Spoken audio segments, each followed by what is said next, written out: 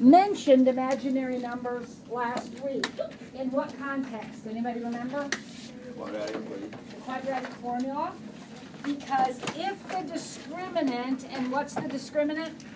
C squared minus 4ac. If that's under the radical in the formula, if that is negative, then we know we're going to have imaginary roots, right?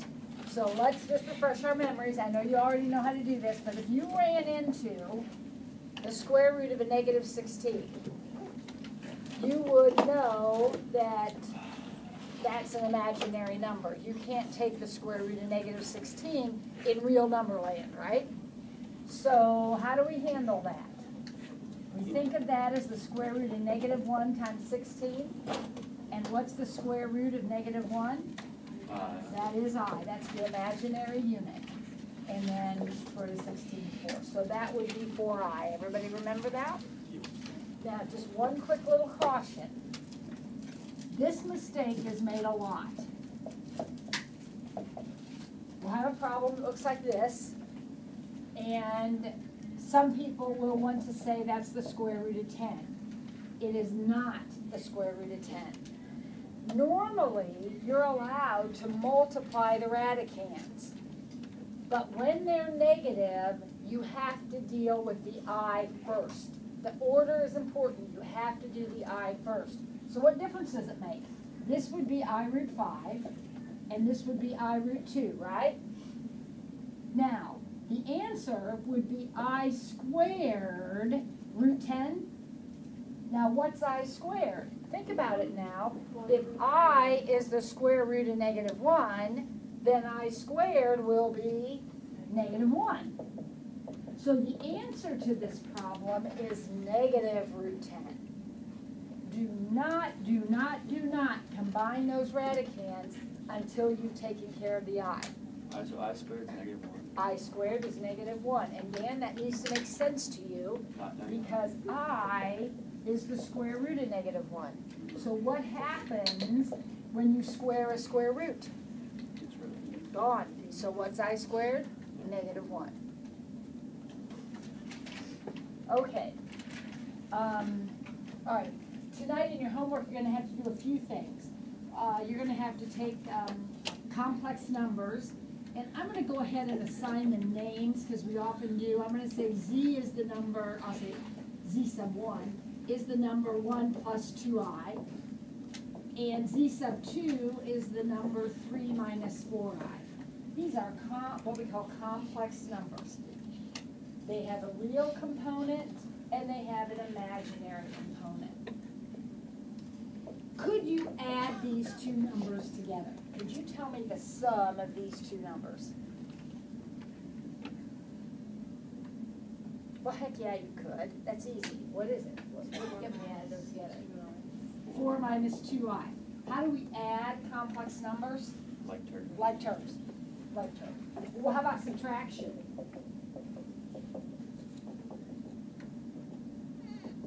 Oops.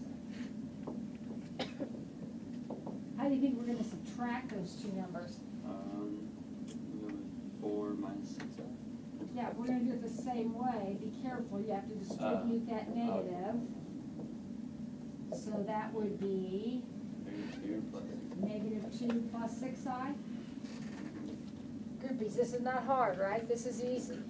Easy, easy, easy. How about multiplication? How would we multiply these two, do you think?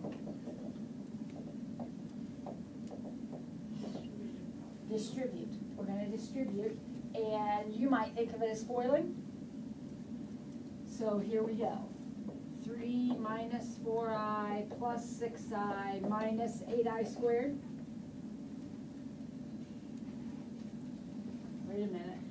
Wait a minute. You gotta get rid of that negative 8. What's that? 8. That's going to be plus 8 because I squared, we already talked about it, I squared is negative 1. So we have negative 8 times negative 1. That's going to be a plus 8. So now we have 11 plus 2i.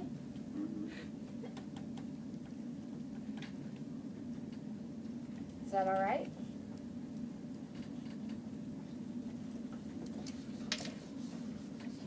All right, so we've added and subtracted. That's collecting like terms, basically. We've multiplied. That's FOILing. What about division? Any ideas about division? Think back in your memories. You remember how you handled this before? You put the 3 minus 4i on top. You're very close, Robert. Very Times close. each by 3 Yeah. minus 4.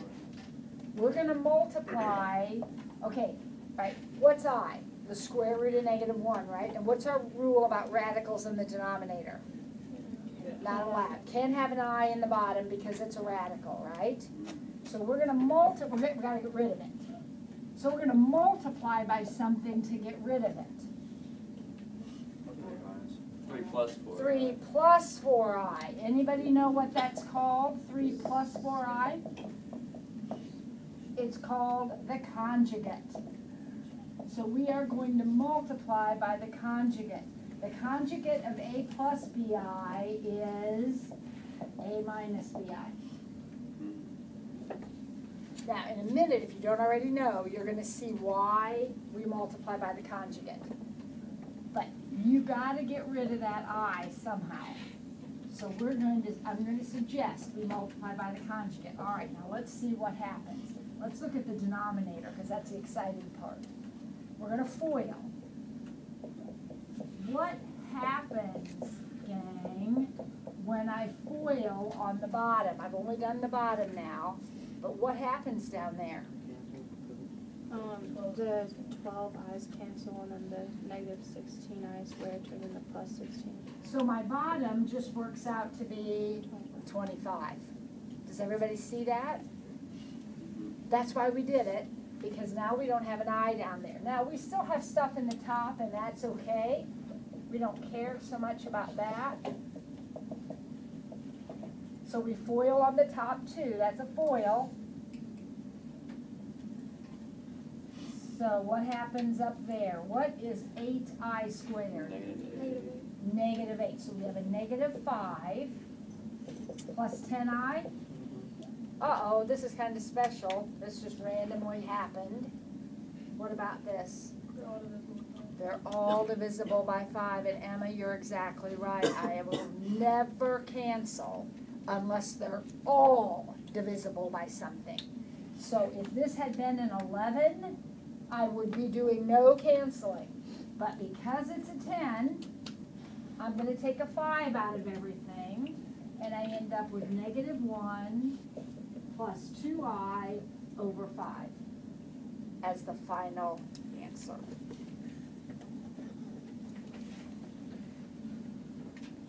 Now, does any of that bother anybody? Do we need to talk about any of that? Addition, subtraction, multiplication, division. Okay, then I need you to look in your book at a couple of tricky problems. And they're not really tricky, they're a little tricky. Page 58, number 22.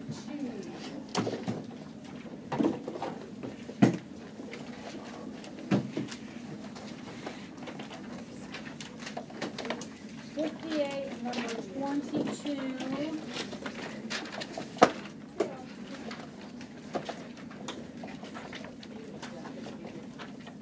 It says find X and Y.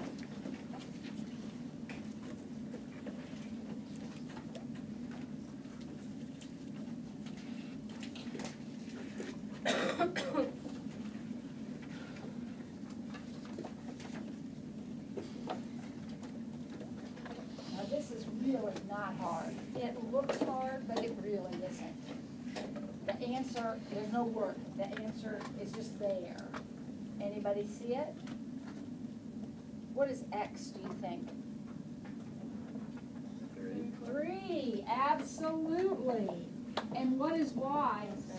-7? Exactly. Here's the deal, kids. If two complex numbers equal each other, which is what we have here, we have A plus BI, C plus BI.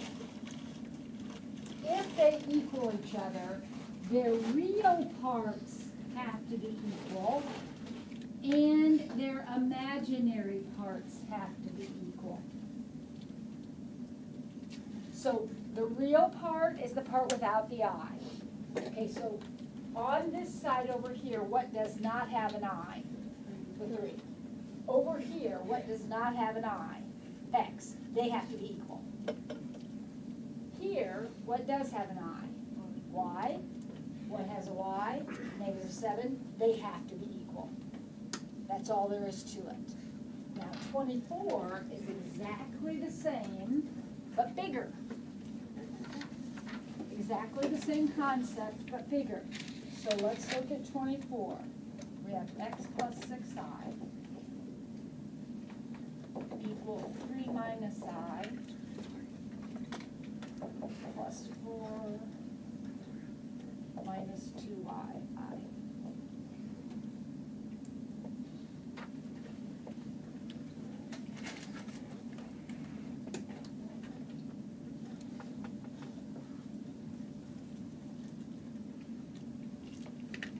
Now do not get bogged down in the parentheses. Remember, the parts without the i's have to be equal, and the parts with the i's have to be equal. So let's look up here. On this side, the left side, what does not have an I? X. On this side, what does not have an I? 3 plus 3 plus 4. So x is 7.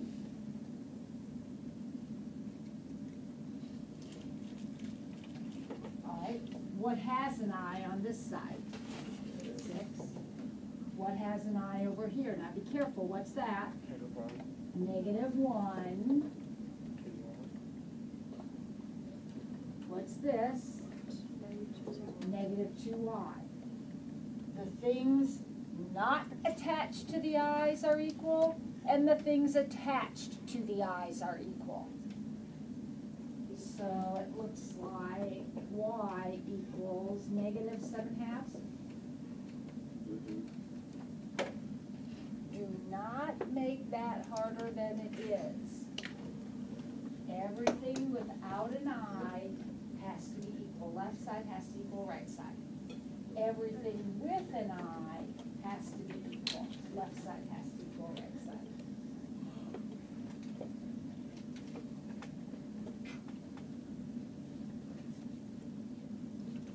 Okay, one more situation. And you probably did this last year. What if you had some kind of problem and you ended up, we already talked about this, you ended up with a 6i squared. You would know what that equals. 6i squared is -6, okay. What if you ended up with something like 6i to the 10th? What would that equal? Let's think about this for a minute. If I squared is -1, what would I to the 4th be? What? 1. Why is I to the 4th 1? Because it's I squared times I squared. And that would be -1 times -1. So if I had these 10 i's all written out here,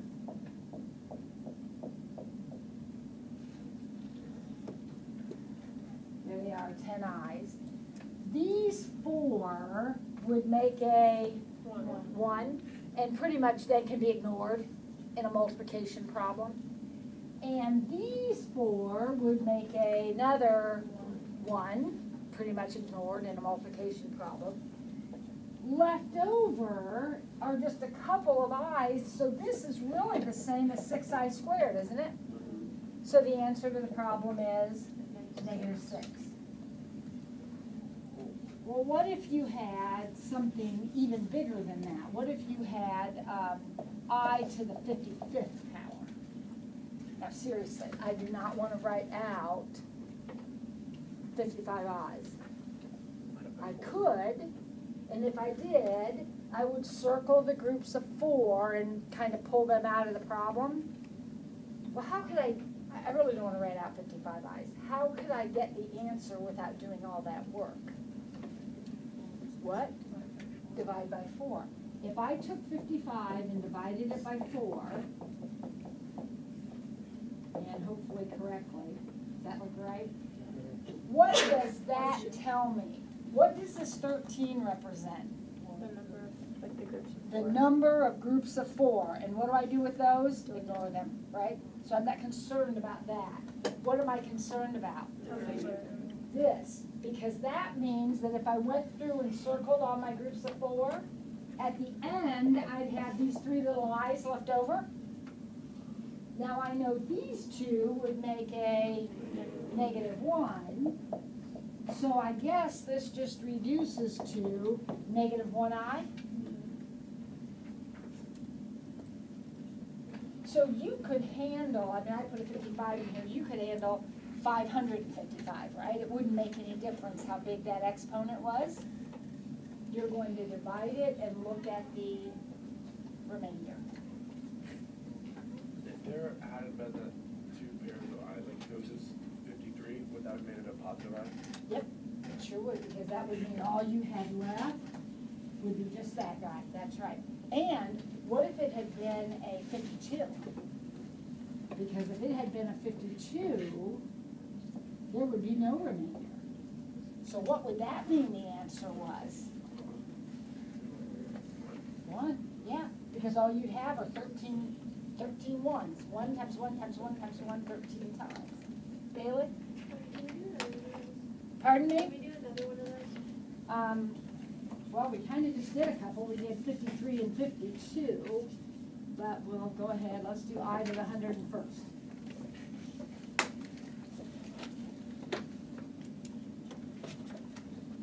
All right, so what do we do, Bailey? We divide by 4. And why are we dividing by 4? Because I to the 4th is 1. And we just want to get rid of all these extra. So I to the 4th is basically no impact. It just makes a multiplier of 1. So we can get rid of all of those. What does that 25 mean? 25 ones, right? 1 times 1 times 1 times 1 times 1, 25 times. Ignore it. All that's important is after you get done circling all of your ones, all your groups of 4, there's 1 little I left over on the end. So what does this reduce to? I. That's the only thing left, just the I. Okay, tonight you're going to have some opportunities to practice on that. Let's get out our homework, which was just kind of a little review sheet, plus the quiz we had last year. And I know some of it was kind of hard to read, but oh well, just do your best.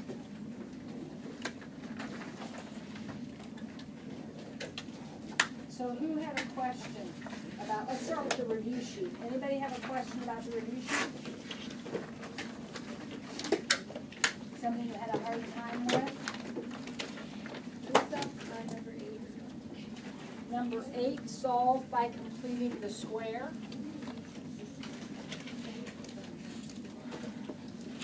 Okay, remember when we complete the square, there are some rules we have to follow.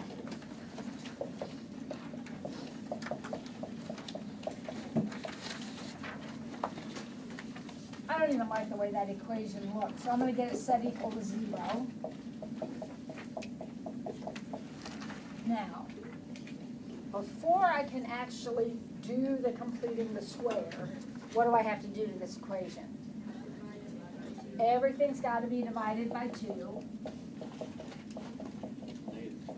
So there it is.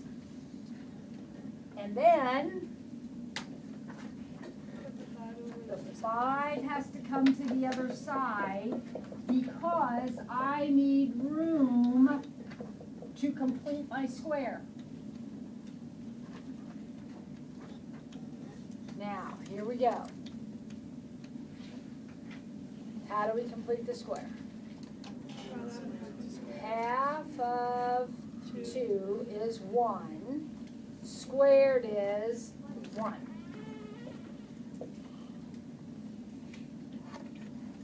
This always should be a perfect square. X plus 1. And this is negative 4.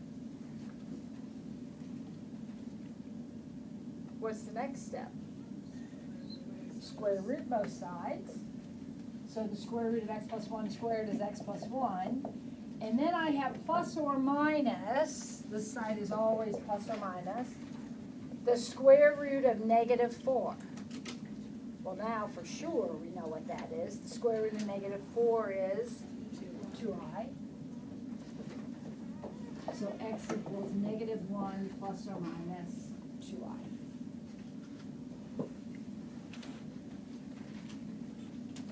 Now in the real world, you wouldn't have to complete the square. You could use the quadratic formula. The answer would be the same. Would this problem factor? No, because the roots are not rational. The roots have to be rational in order for the problem to factor. If you want to do the quadratic formula, do you have to divide by 2? You do not. You absolutely do not. Probably, honestly, Audrey, I would, because these are also nicely divisible by 2. Now, if this had been a 5, no way would I do it, but just to keep my numbers smaller, I probably would, but you do not have to. Yes, ma'am. For 2b, I'm just confused on why the x to the 24th is on the bottom. All right, 2b is an exponent mess. How did you start? Everything to the third power? So negative 2 to the third is negative 8. X to the 12th. Y to the negative 15. Z to the third. Over x to the negative 12. Y to the 18. Z to the 12th. Okay. So let's see, we have negative 8. All right, these are going to the top. So the x to the 24 is up there because you have to take your negatives to the top. These are coming to the bottom, so that would be y to the 33rd, and that's going to cancel and leave me with z to the 9th on the bottom.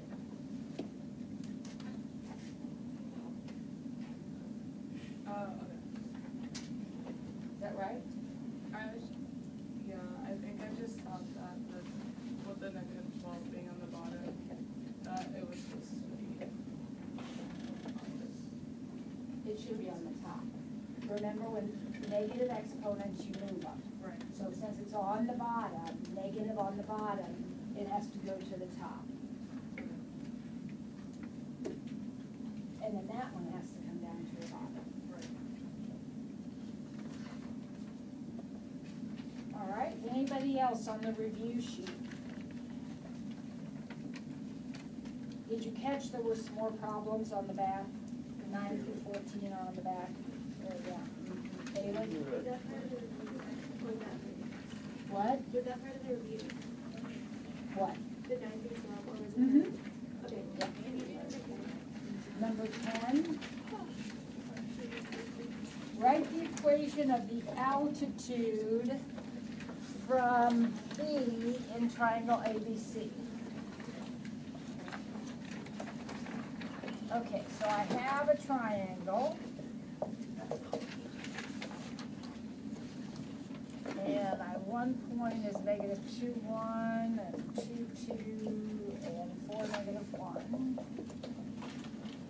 And I want the altitude from B. Who remembers what an altitude is in a triangle? I don't care, one of you. The height of the triangle from the middle. Okay, so it's a perpendicular segment, right? It's called the height, can be called the height. So the altitude from B would look like this. Now, what does that tell me? Okay, it's a 90-degree angle, they're perpendicular, so there's a relationship between these two slopes, right? My job is to write the equation of this line. I know that it contains this point. I have no idea what that point is, no idea. But I do know that this slope is the opposite reciprocal of this one, right? Can I find this one? Yeah. So that slope, I'll say AC, just to remind myself. The slope of AC is 1 minus negative 1 over negative 2 minus 4. That's 2 over negative 6, negative 1/3. The slope of this line right here. Did you just do the midpoint for that one? Lose the 2 points. Does the altitude bisect the other side? If it's perpendicular, doesn't it? No, you're thinking in the median. The median goes to the midpoint. Now, the altitude of an isosceles triangle would bisect the base, but in general, it does not. Okay. So, no, unless this happens to be isosceles, which I didn't check to see. And it would have to be these two sides that matched for that to be the case.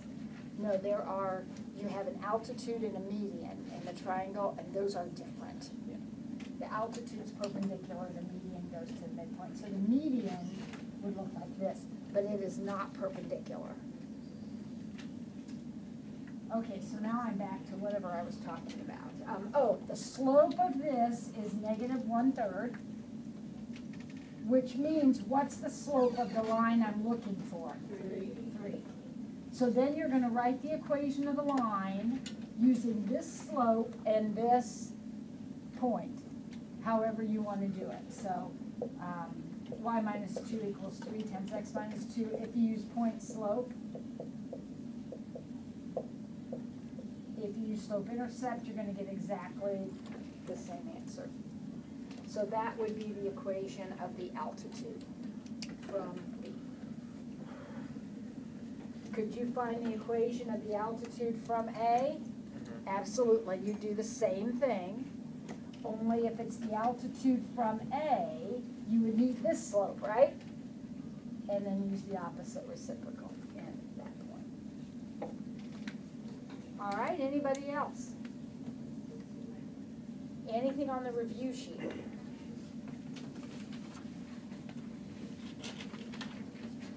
Grace?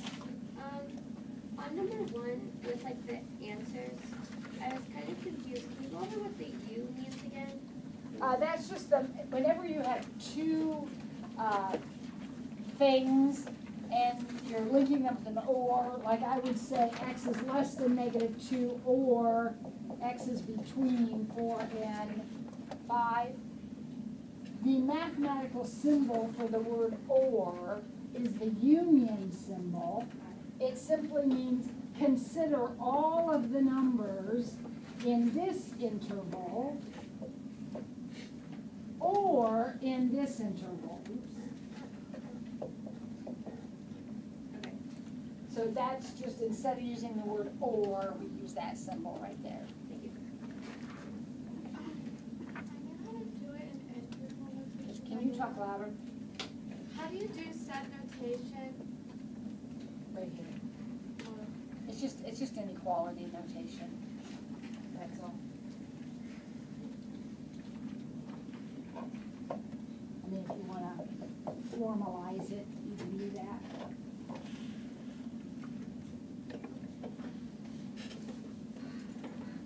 Anything else on the review sheet? All right, how about the quiz? Anything on the quiz you weren't sure about? Emma? Number 5. 5. A, B, or C? C. Find the equation of the circle, here's a circle, with a diameter of A, B. Well, you can't do this problem unless you remember what the equation of a circle looks like, right? what does the equation of a circle look like? An x quantity squared, a y quantity squared equal to a number, right? And this number is always the radius squared. Now, what goes in here? The center. The center. So if I'm going to write the equation of the circle, I need to know the center, that will fill in these, and I need to know the radius, and that will fill in that. Right? So given what we've been given, that's a diameter, which means, by the way, it goes through the center, right? How can I find what I need? Midpoint would give me the center. So let's see, how do we find midpoint? Average, right. So -2 plus 1 divided by 2, I got -1/2. And 1 plus 7, I got 4. Does that look okay for the center? So then how does that show up in the equation? What do I have here? X plus 1/2, y minus 4. Now I need the number that goes here, which is going to be the radius squared. So I need my radius. How can I find my radius? Distance formula. Now, could I do this distance right here? But there's a fraction in there, isn't there? So I'm going to choose this time, because I don't want to do a fraction, to find this distance. Is that legit? Yes, as long as I divide it by 2. So do whatever is easiest for you. For me, I'm going to go ahead and find the diameter distance, and that will be -2 minus 1 squared and 1 minus 7 squared. So that's, here we go, that's what, 9 plus 36, is that right? So that's the square root of 45. That's my diameter, which means my radius is half of that. So what goes in the blank down here? That number squared, which would be 45 fourths. Which is what you would get if you did this. Get that if you just did this distance right there. Grace? I just simplified through 45 to 3 root 5. You should. So, I mean, you don't have to, because when you square it, remember, this is going to be squared. So when you turn around and square 3 root 5, you're going to get 45. Now you want to simplify if it says what's the radius. But it didn't here, we need the radius squared. All right, anything else on the review sheet, Matthew? Could you do number 1? What is the discriminant? What is the discriminant, Matthew? I mean, what am I talking about when I say discriminant?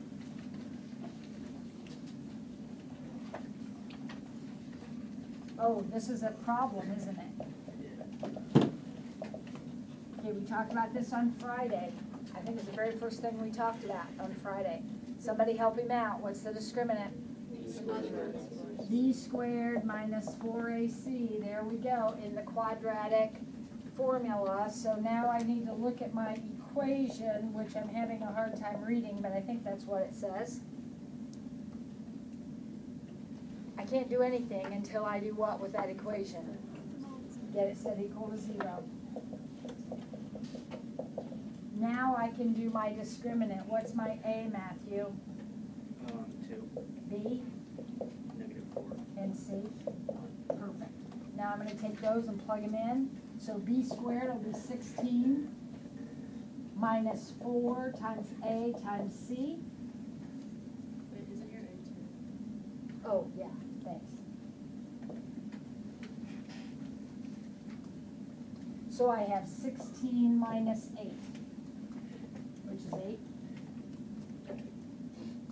Now what does that tell me? So that's the first part. That's the value of the discriminant. Now tell me about the roots. what does a positive 8 tell me about my solutions if I were to solve this whole thing? There's 2 of them. And what kind of numbers are they? Irrational. Because 8 is not a perfect square. So there's 2 of them. It's a positive 8. 2 irrational roots. 2 irrational roots.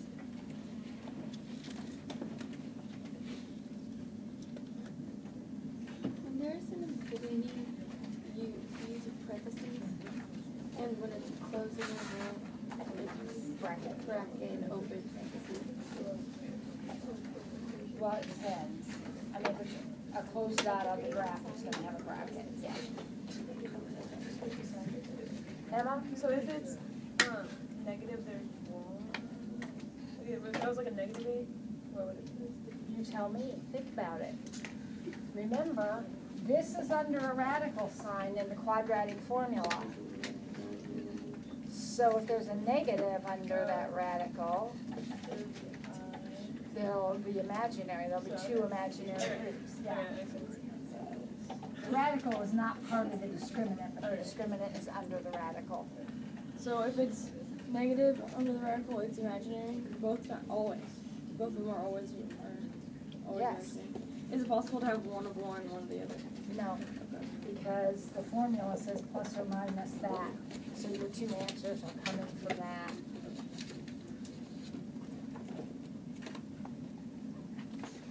Any other questions about the quiz from last year?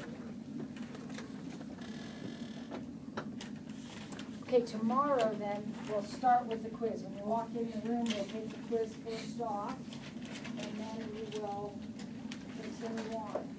So your homework, I don't know when this Fargo is going to happen. You can just go ahead and begin your homework. I'll write that up here for those of you that did have an iPad. Okay, that'll get you started. This is P6. There's more than that, but that'll get you started right now. P6. No.